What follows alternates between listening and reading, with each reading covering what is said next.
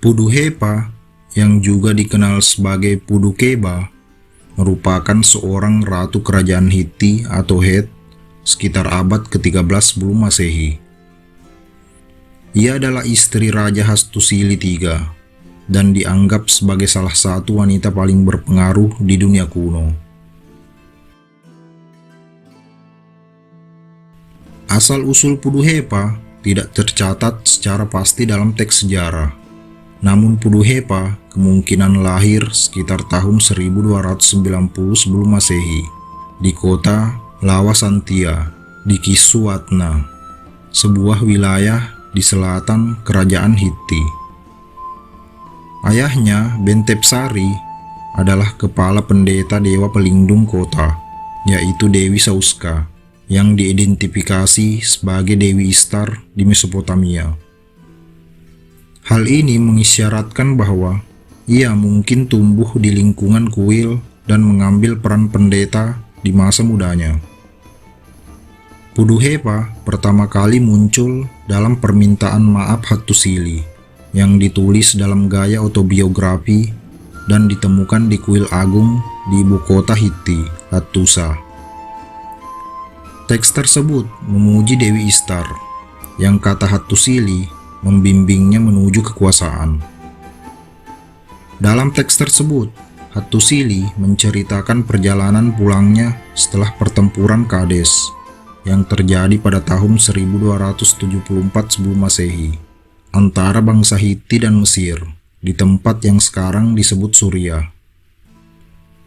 Meski Firaun Ramses mengaku memenangkan pertempuran, tetapi tampaknya pertempuran itu berakhir imbang. Hattusili berhenti di kota Lawasantia untuk mempersembahkan korban kepada Ishtar. Saat berada di sana, dia mengambil seorang istri setempat yang konon didasari atas perintah Dewi Ishtar. Ialah Puduhepa, putri Bentepsari, sang kepala pendeta. Tidak ada informasi lain yang diketahui tentang keluarga dan latar belakang Puduhepa, kecuali namanya adalah nama bangsa Huria, yang berarti dewi yang dilahirkan Hepat. Hepat adalah salah satu dewi orang Huria. Orang-orang Huria adalah penduduk asli Kaukasus yang berpindah ke Mesopotamia dan Anatolia pada akhir milenium ketiga sebelum Masehi. Pada sekitar tahun 1800 sebelum Masehi, ada kekosongan kekuasaan dan hal ini diisi oleh kelompok-kelompok Huria yang pindah dan membentuk sebuah negara yang disebut Mitanni.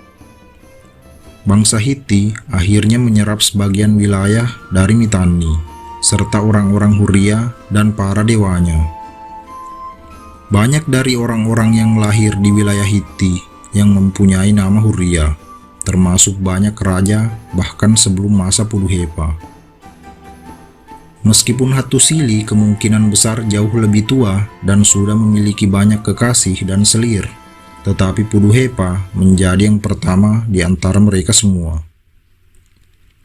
Ketika Hattusili berhasil naik tahta Hiti dengan mengalahkan keponakannya, Mursili III, dalam perang saudara sekitar tahun 1286, Puduhepa naik tahta bersamanya, menjadi Tawananna, atau gelar ratu bagi bangsa Hiti.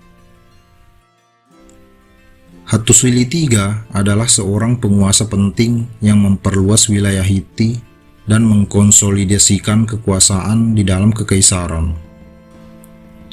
Pernikahannya dengan Puduhepa bukan hanya sebuah persatuan pribadi, tetapi juga sebuah aliansi strategis yang meningkatkan legitimasinya dan mungkin mengamankan aliansi dengan keluarga atau wilayah berpengaruh lainnya di dalam kekaisaran. Sebagai Ratu Hattusili III, Puduhepa memiliki tanggung jawab yang lebih dari sekedar tugas tradisional sebagai seorang istri. Ratu di kekaisaran Hiti seringkali mempunyai pengaruh politik yang besar, melibatkan diri dalam urusan kenegaraan, diplomasi, dan urusan agama. Secara umum, peran Ratu Hiti sangat berpengaruh, kata pakar Hiti Jared Miller. Pada dasarnya, dia adalah orang kedua yang memegang komando raja. Namun kekuasaannya sepenuhnya bergantung pada dan sepenuhnya berada di bawah kekuasaan suaminya. Beckman menambahkan bahwa Puduhepa tentu saja memiliki peran yang lebih besar dalam pemerintahan dibandingkan sebagian besar Ratu Hiti sebelumnya. Namun hal ini mungkin disebabkan oleh kepribadiannya sendiri dan fakta bahwa suaminya sering sakit-sakitan. Istri utama Firaun Ramses II, Nefertari, sepertinya sering menulis surat kepada Puduhepa. Dalam salah satu surat yang ditemukan di Hattusa, Nefertari diberi nama Naptera dan mengalamatkan suratnya kepada Puduhepa, saudara perempuannya. Nefertari berharap Ramses II akan membuat hubungan persaudaraan dengan Raja Hiti bertahan selamanya. Puduhepa terbukti menjadi diplomat yang cerdas bagi Hiti. Pada salinan perjanjian perdamaian Hiti-Mesir di Mesir, Beckman mencatat bahwa kalimat terakhir secara khusus menyebutkan segel Puduhepa, suatu kehormatan yang tidak diperoleh Ratu Hiti lainnya. Dalam suratnya, Puduhepa juga menyebut anak-anak lain dalam konteks ikatan perkawinan. Dia mengatakan ingin menikahkan salah satu putranya dengan seorang putri dari Amurru dan 2 putra lainnya dengan putri Babilonia. Puduhepa tidak hanya melakukan hubungan diplomasi dengan Mesir dan Babylon, tetapi juga dengan Asur, Mitanni, dan kerajaan kecil lainnya. Ketajaman diplomatik dan keterampilan linguistik Puduhepa, termasuk kemahiran dalam menulis tulisan paku, memungkinkannya untuk terlibat langsung dalam korespondensi dan negosiasi diplomatik, berkontribusi pada kemampuan Kekaisaran Hiti untuk mengatasi persaingan regional dan memperluas lingkup pengaruhnya selama periode pergolakan politik di timur dekat kuno. Detail seputar kematian Puduhepa, seperti sebagian besar kehidupannya, tidak dicatat secara eksplisit dalam teks atau prasasti sejarah.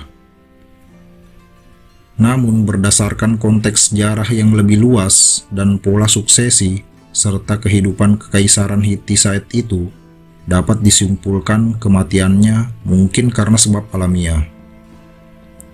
Hal ini didasari atas pendampingan ia saat anaknya naik tahta, yaitu Tudalia IV. Terima kasih sudah mampir. Silahkan komen untuk saran dan kritiknya.